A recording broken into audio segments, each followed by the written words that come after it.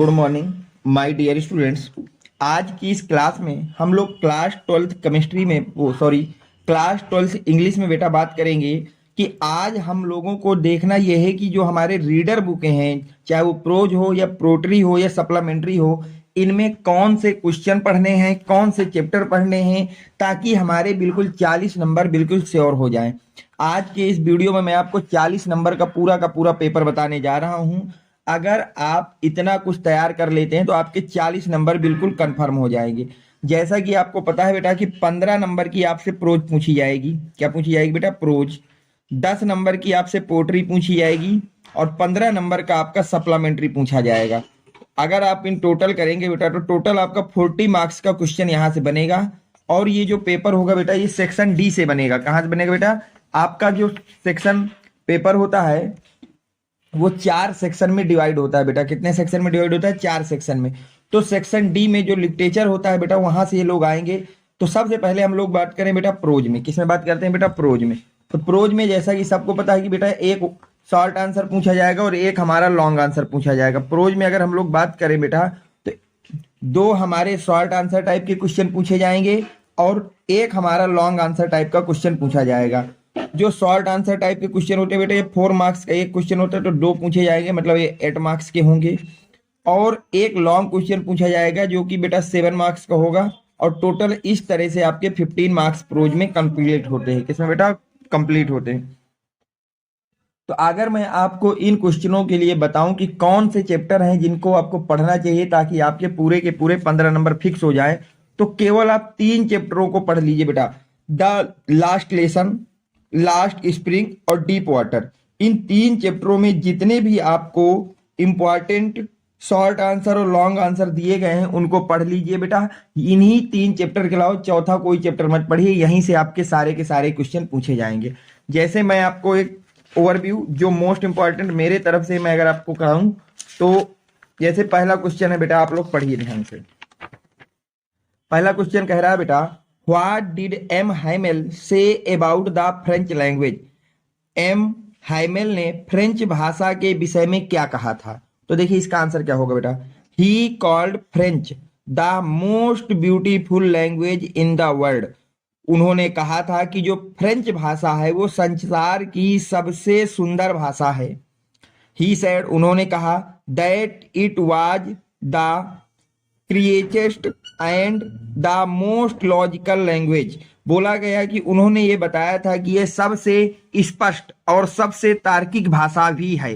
ये भाषा लॉजिकल मतलब तार्किक है और क्लियरेस्ट का मतलब होता है स्पष्ट। ये सबसे स्पष्ट और सबसे लॉजिकल भाषा होती है। तो इतना आंसर लिखना है बेटा। शॉर्ट आंसर में बहुत ज्यादा आपको नहीं लिखना है, लगभग 20 से 25 वर्ड में आपको आंसर को लिख देना है, आपको पूरे 4 मार्क्स मिलेंगे। अगर मैं सेकंड इंपॉर्टेंट क्वेश्चन एक और आपको बेटा करा दूं तो उसको देखिए आपको कौन। नेक्स्ट बेटा है what makes the city of Firozabad famous. मतलब फिरोजाबाद शहर किसको बनाने के लिए प्रसिद्ध था या किस कारण से प्रसिद्ध था? तो देखिए आंसर बेटा, Firozabad is famous for glass blowing industry. जो फिरोजाबाद था वो कांच बनाने के उद्योग के लिए प्रसिद्ध था। Every other family here is engaged in making bangles. यहाँ की हर दूसरा परिवार जो है बेटा कांच की चूड़ियों के बनाने के उद्योग में लगा हुआ था या कार्य करता था। It is famous for its bangles. और यह शहर कांच की चूड़ियों बनाने के लिए भी प्रसिद्ध है। तो इतना आपको आंसर लिखना है। तो ये मोस्ट इंपॉर्टेंट 2 मेरे तरफ से शॉर्ट आंसर टाइप के क्वेश्चन है बेटा। अब देखिए ये हो गया। इसके बाद हमसे बेटा क्या पूछा जाएगा? एक हमारे पास लॉन्ग आंसर पूछा जाएगा 7 मार्क्स का। कितने मार्क्स का बेटा? 7 मार्क्स का।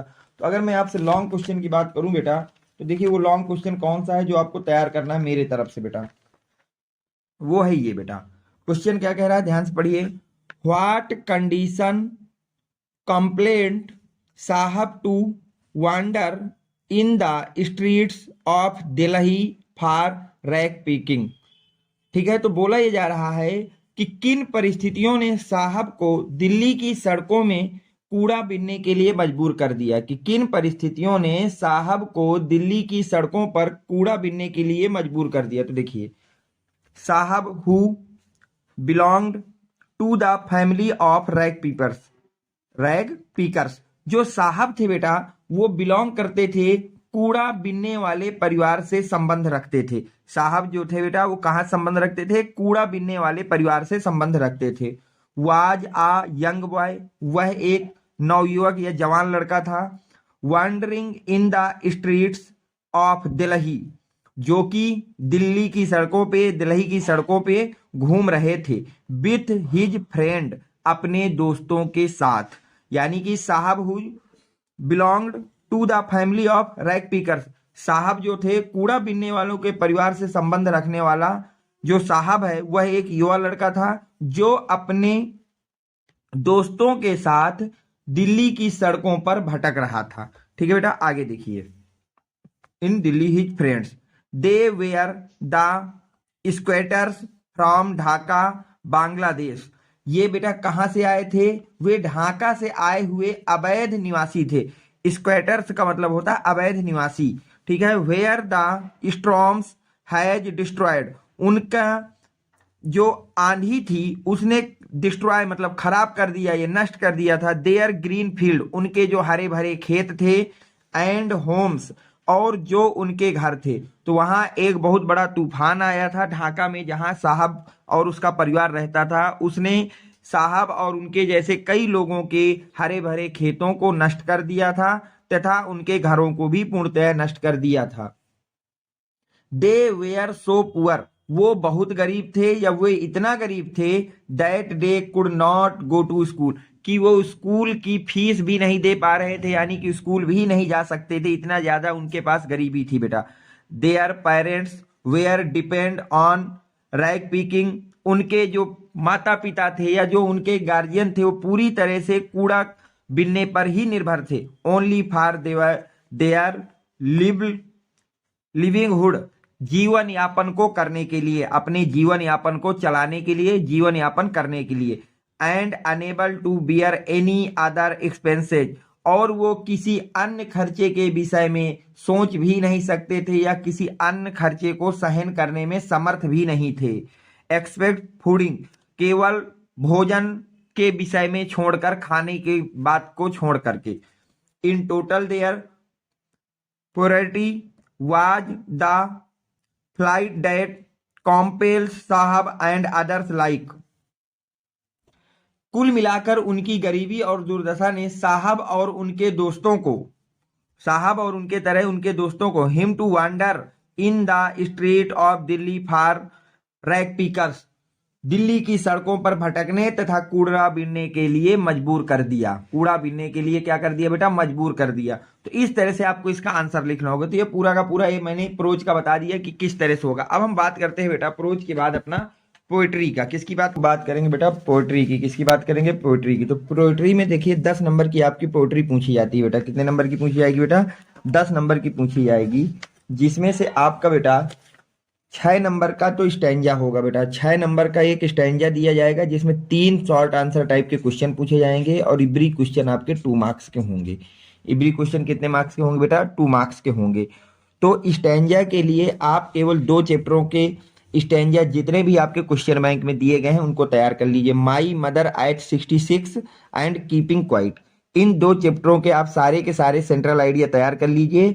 आपको स्टैंजा तैयार कर लीजिए, आपका यहाँ से 6 नंबर बिल्कुल कंफर्म हो जाएगा। और साथ में 4 मार्क्स का आपसे बेटा एक सेंट्रल आइडिया पूछा जाएगा। 4 मार्क्स का क्या पूछा जाएगा बेटा? सेंट्रल आइडिया पूछा जाएगा। तो सेंट्रल आइडिया के लिए भी आप माई मदर एट 66 और कीपिंग क्वाइट, इन 2 क्वेश्चनों को ही, इन 2 चैप्टरों के ही सेंट्रल आइडिया आप तैयार कर लीजिए। आप इससे ज्यादा कुछ भी पढ़ने की जरूरत नहीं, यहीं से आपका सेंट्रल आइडिया भी आपका फंस जाएगा। तो टोटल यहाँ से 10 नंबर आपके बिल्कुल कंफर्म हो गए। तो इस वीडियो में मैं आपको एक इंपॉर्टेंट स्टैंजा भी करा देता हूं, किस तरह से वहां पूछा जाएगा बेटा। ध्यान से देखिए, ये स्टैंजा है आपका। स्टैंजा क्या कह रहा है उसको बेटा आप पढ़िए, देखिए ध्यान से।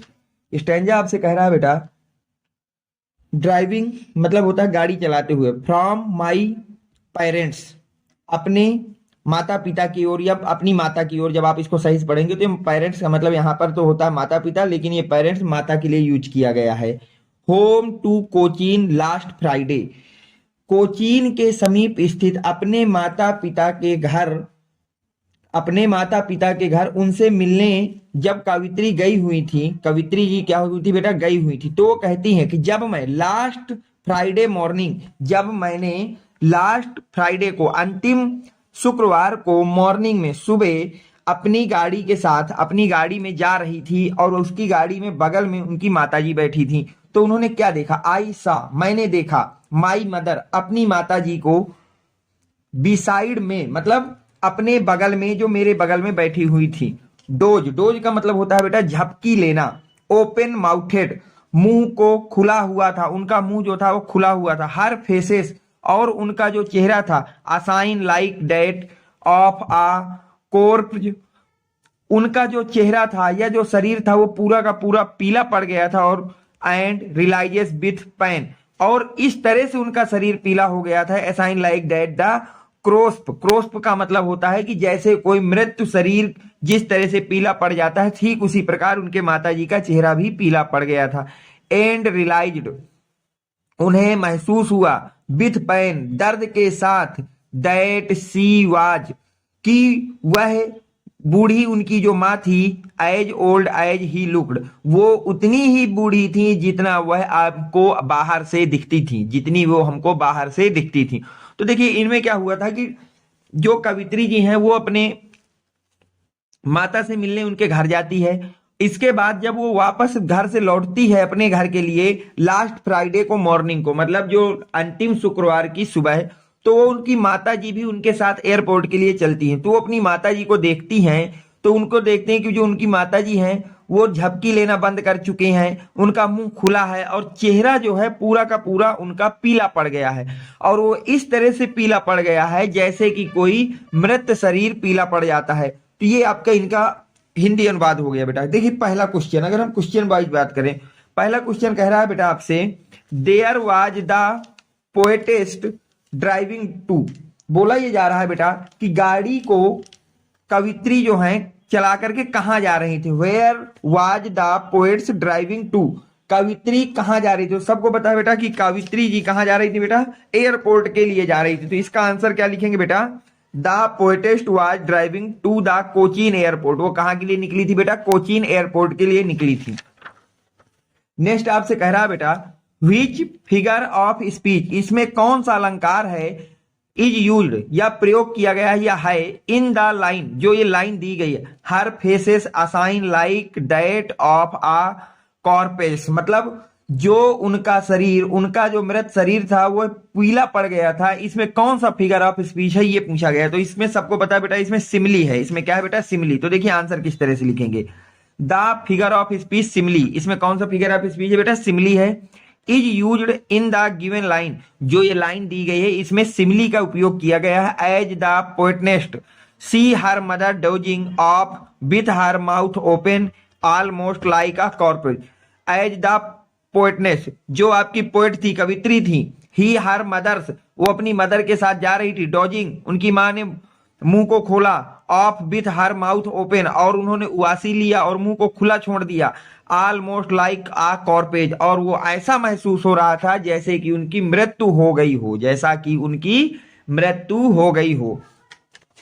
लास्ट क्वेश्चन कह रहा है बेटा, what pain did the poets experience, जो कवित्री है वो किस प्रकार के दर्द का अनुभव कर रही थी। तो देखिए इसका आंसर आप क्या लिखेंगे बेटा, he felt painful to witness of again mothers, उन्होंने अपनी माता को देखा और उन्हें बहुत उसको कष्ट हुआ, जब उन्होंने अपनी माता जी को देखा तो माता जी को देखकर उनको बहुत कष्ट हुआ। ये आपके स्टैंजा इस तरह से दिया जाएगा, इस तरह से 3 क्वेश्चन दिए जाएंगे और 2-2 नंबर के होंगे, तो इस तरह से आपको आंसर लिखना होगा। ये तो पहला पार्ट हो गया बेटा स्टैंजा का। इसके बाद देखिए आपसे एक सेंट्रल आइडिया पूछा जाएगा। क्या पूछा जाएगा, किसी एक पोएट का, आपका एक पोएम का सेंट्रल आइडिया पूछा जाएगा। तो आपको केवल 2 ही पोएम को तैयार करना है बेटा, एक तो तैयार करना है माई मदर एट 66 और दूसरा कीपिंग क्वाइट को तैयार करना है। इन्हीं में से एक सेंट्रल आइडिया आपका आ जाएगा। तो मैं इसमें आपको माई मदर एट 66 का सेंट्रल आइडिया लिख के दिखा देता हूं, क्योंकि काफी कमेंट आया है कि सर जी हमको कीपिंग क्वाइट के जो चैप्टर है उसका सेंट्रल आइडिया लिख करके बता दीजिए। तो देखिए माई मदर वाला को नहीं, कीपिंग क्वाइट को मैं आपको बता देता हूं, ध्यान से देखिए बेटा। In keeping quiet the poet demands, keeping quiet कविता में कवि मांग करता है। The necessity of quiet introspection man action, आत्मनिरीक्षण की आवश्यकता के लिए, मतलब जो कवि होता है वो कवि जो है मांग करता है कि उसको आत्म निरीक्षण की आवश्यकता की मांग करता है। हिज रस एंड हुराय have already called much chosen and trouble in the world, मतलब मनुष्य के कार्य जो उसकी हड़बड़ी में और हड़बड़ी से पहले की जो दुनिया में बहुत सारी परेशानियां पैदा हो चुकी हैं या पैदा कर रही हैं, अब समय आ गया है। Now it is the time, मतलब अब वह समय आ गया है। When he should take a push, कि अब हमको इन सब को रोकना चाहिए, रुकना चाहिए। He should do self introspection, और हमें आत्म मंथन करना चाहिए। अब वो समय आ गया है कि हमको रुकना चाहिए और अपने द्वारा किए गए कार्यों पर आत्म मंथन करना चाहिए। अपने द्वारा किए गए कार्यों पर क्या करना चाहिए बेटा? आत्म मंथन करना चाहिए। Stillness does not main total in activity, stillness and silence with help man in creating a feeling of mutual understanding एमन ह्यूमन बीइंग। बोला ये जा रहा है कि इसका मतलब यह नहीं है कि वह निष्क्रिय है। Stillness does not mean total inactive, इसका मतलब यह कतई नहीं है कि वो निष्क्रिय है। स्टिलनेस एंड साइलेंस, स्थिरता और मौन आदमी के बीच में will help man the creating a feeling, जो आपसी मेल है, आपस में जो लोगों के समझ की भावना है उसको पैदा करने में मदद करती है। बोला जा रहा है जो स्थिरता और मौन होता है ये व्यक्ति के अंदर आपसी समझ की भावना को पैदा करने की मदद देती। तो आपको इतना लिखना होगा बेटा, अगर आपको कीपिंग क्यूट का सेंट्रल आइडिया लिखने को बोला जा रहा है तो अगर आप इतना लिखते हैं तो आपको पूरे के पूरे 4 नंबर यहां से मिल जाएंगे। ठीक है, ये हो गया हमारा पोएट्री का काम बेटा, कि पोएट्री में हमको क्या करना है। प्रोज की बात हो चुकी है, पोएट्री की बात हो चुकी है। अब हम लोग बात करेंगे बेटा सप्लीमेंट्री की। किसकी बात करेंगे बेटा? सप्लीमेंट्री की। सप्लीमेंट्री में हमको क्या क्या तैयार करना चाहिए और किस तरह से पेपर आएगा। देखिए सप्लीमेंट्री भी आपकी बेटा 15 मार्क्स की आएगी। कितने मार्क्स की आएगी बेटा? 15 मार्क्स की। इसका भी वैसा ही सिस्टम होता है बेटा कि 2 शॉर्ट आंसर टाइप के क्वेश्चन पूछे जाएंगे और 1 लॉन्ग आंसर टाइप का क्वेश्चन पूछा जाएगा। शॉर्ट आंसर के टाइप के क्वेश्चन के बेटा एवरी क्वेश्चन के 4 मार्क्स होंगे, टोटल आपके 8 मार्क्स के होंगे। और लॉन्ग आंसर टाइप का क्वेश्चन आपका 7 मार्क्स का पूछा जाएगा, एक आपसे। तो अगर मैं इंपॉर्टेंट चैप्टर्स की बात करूं बेटा आपके लिए सप्लीमेंट्री में, तो आपको केवल 3 चैप्टरों को पढ़ना है और किसी भी चैप्टर के क्वेश्चन आंसर आपको लर्न नहीं करने हैं। एक है बेटा द थर्ड लेवल, दूसरा है द टाइगर किंग और तीसरा है द एनिमी। इन 3 चैप्टर के जितने भी क्वेश्चन आंसर आपको दिए गए हैं बेटा आपके क्वेश्चन बैंक में, बस उनको तैयार कर लीजिए, यहीं से आपका पूरा का पूरा पेपर पूछा जाएगा बेटा। अब बात करते हैं बेटा हम लोग इसके कुछ इंपॉर्टेंट क्वेश्चन की। जैसे हम पहला शॉर्ट आंसर क्वेश्चन को देखें बेटा। पहला क्वेश्चन कह रहा है what does the third level refer to. बोला जा रहा है कि तीसरा स्तर जो था वो किसकी ओर संकेत करता है। तो देखिए the third level is a product of Charlie's imagination. तो बोला जा रहा है जो तीसरा स्तर है वो चार्ली की कल्पना का एक उत्पाद है। ही फाइंड, वो इसे पाता है। इट अ प्लेस, इसे एक ऐसी जगह पर वेयर, जहां ही कैन स्केप, वह बच सकता है फ्रॉम द मॉडर्न वर्ल्ड, आधुनिक संसार से, ऑफ इनसिक्योरिटी, मतलब असुरक्षा से, आधुनिक संसार की जो असुरक्षा है, एंड फेयर और डर से। मतलब कुल मिला के इसका क्या हुआ बेटा कि वह उसे एक ऐसे स्थान के रूप में पाता है जहां वे आधुनिक युग की असुरक्षा और भय से बच सकता हो। तो पहला इंपॉर्टेंट आपका क्वेश्चन तो ये है सप्लीमेंट्री में जो आपको तैयार करना है। सेकंड इंपॉर्टेंट क्वेश्चन जो आपको तैयार करना है बेटा वो ये है बेटा what does the chief astrologer predict to be the cause of Maharaja's death. कि जो आपका ज्योतिषी ने महाराजा की मृत्यु का क्या कारण बताया या उसके लिए क्या कारण बताए थे। जो चीफ थे, जो मुख्य आपके ज्योतिषी थे, उन्होंने महाराजा की डेथ के लिए कौन सा कारण बताया था। तो एट द टाइगर बर्थ, ठीक है, at the tiger birth, tiger king के जन्म के समय रॉयल एस्ट्रोलॉजर जो मुख्य ज्योतिष सारथी था, प्रेडिक्टेड उन्होंने भविष्यवाणी की, दैट ही वुड ग्रो कि वह बड़ा हो करके एक महान योद्धा, ऑफ द ग्रेट वॉरियर्स मतलब एक महान योद्धा बनेगा, हीरोज जो नायक होगा, एंड चैंपियन वो विजेताओं की तरह होगा। They also predict his death by tiger, और उन्होंने बताया कि इसकी जो मृत्यु है वो एक टाइगर के द्वारा होगी। तो जब आपका बेटा टाइगर किंग के जन्म के समय मुख्य ज्योतिष सर को बुलाया गया तो उन्होंने बताया कि ये जो बच्चे का जन्म हुआ है ये अपने समय में एक बहुत ही बड़ा ग्रेट वॉरियर्स होगा, मतलब एक महान योद्धा बनेगा, एक महान नायक होगा, और ये चैंपियन होगा, विजेता होगा, ये हर जगह अपनी विजय को प्राप्त करेगा। लेकिन साथ ही साथ दे आल्सो प्रेडिक्टेड, और उन्होंने यह भी बताया हीज डेथ बाई टाइगर, परंतु इसकी जो मृत्यु का कारण होगा वो एक टाइगर होगा। ये आपके दो शॉर्ट आंसर क्वेश्चन हो गए बेटा। अब हम लोग एक इंपॉर्टेंट लॉन्ग आंसर टाइप का क्वेश्चन देख लेते हैं जो आपको बेटा तैयार करना है। वो क्वेश्चन है बेटा, ये बोला जा रहा है बेटा, draw a character stretch of a tiger king in your oven word. अपने शब्दों में टाइगर किंग के चरित्र चित्रण कीजिए। अपने शब्दों में आपको टाइगर किंग का चरित्र चित्रण करना है। तो देखिए, क्राउन प्रिंसेस जंग जंग बहादुर, जो युवराज थे Jung Jung Bahadur, was brought up by a English governor, उनका जो पालन पोषण है वो एक अंग्रेज गवर्नर के द्वारा किया गया। He was tutored in English by an Englishman, और उनकी जो अंग्रेजी के लिए उन्होंने एक अंग्रेज की सहायता से या एक अंग्रेज ने उन्हें अंग्रेजी में पढ़ाया था। ठीक है। When he grow to 20 he took the रीजन इन हिज हैंड्स, जब वो आपके 20 साल के हुए, कितने साल के हुए बेटा, 20 साल के हुए, तो उन्होंने अपने शासन को अपने हाथों में ले लिया था। With in a span of 10 years he killed 17 tigers, और उन्होंने 10 सालों के अंदर ही 70 बाघों की हत्या कर दी या उनको मार गिराया था। It was his master strategy, उन्होंने एक मास्टर स्ट्रेटजी या एक मास्टर जो है प्लान बनाया बेटा, मास्टर प्लान बनाया। To marry a girl of state, वो एक ऐसी लड़की के साथ शादी करने का प्लान बना रहे थे state, which hand a large tiger population, जिसके राज्य में टाइगरों की संख्या, बाघों की संख्या बहुत अधिक हो।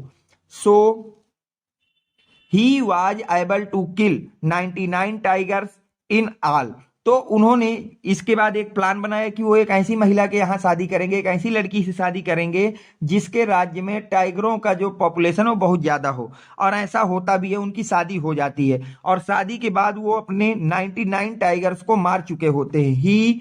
ही was able to kill 99 tigers in all, और वो अब 99 टाइगर्स को मार चुके थे। The chief astrologer predict that his death would come from a tiger, जो चीफ एस्ट्रोलॉजर था, जो मुख्य ज्योतिष करता था, उन्होंने बताया था कि राजा साहब की जो मृत्यु है वो एक टाइगर के कारण ही होगी। It is ironical that the king meet his death by the wooden tigers, और यह जो भविष्यवाणी थी बेटा, यह विडंबना ही थी कि जो राजा था उसकी मृत्यु एक लकड़ी के बाघ से ही हो गई थी। जो उसकी मृत्यु तो बाघ से हुई, लेकिन किससे बेटा, लकड़ी के बाघ से हुई थी। ठीक है, वुडन किंग के द्वारा उनकी जो है मृत्यु हो गई थी। It is the ironical that king meet his the death by the wooden tiger, जो उनकी मृत्यु है वो एक लकड़ी के बाघ द्वारा हो गई थी। एट लास्ट द 100 टाइगर्स, और अंत में 100वें बाघ ने उनसे अपना, जो 100वां भाग था, ये टाइगर था, 100 नंबर वाला जो टाइगर था, उसने अपना बदला ले ही लिया। टूक रिवेंज अपॉन हिम, एक तलवार की तरह। One of the silver predicted the Maharaja right hand infection spread all over the arm, एक तलवार की तरह उस लकड़ी के बाग का एक छोटा सा टुकड़ा जो है वो महाराजा के दाहिने हाथ में आकर के चुभ जाता है। कहां पर बेटा, दाहिने हाथ पर आकर के चुभ जाता है। इन्फेक्शन के कारण उनका पूरे के पूरे शरीर में, यानी कि जो दायां हाथ होता है उसमें वो फैल जाता है, एक इन्फेक्शन हो जाता है, और जिसके कारण उस राजा की जो है मृत्यु हो जाती है। तो ये आपका एक लॉन्ग क्वेश्चन हो गया। तो इस वीडियो में मैंने आपको पूरा का पूरा बता दिया कि कौन कौन से चैप्टर हैं जो आपको क्वेश्चन आंसर के लिए तैयार करने हैं और कौन कौन से मोस्ट इंपॉर्टेंट क्वेश्चन है जो आपको तैयार करने हैं, ताकि आपके 40 मार्क्स बिल्कुल श्योर हो जाए। तो उम्मीद करता हूं कि ये वीडियो आपको पसंद आया होगा, तो प्लीज वीडियो को लाइक करें, चैनल को सब्सक्राइब करें। Thanks for watching, next video coming soon.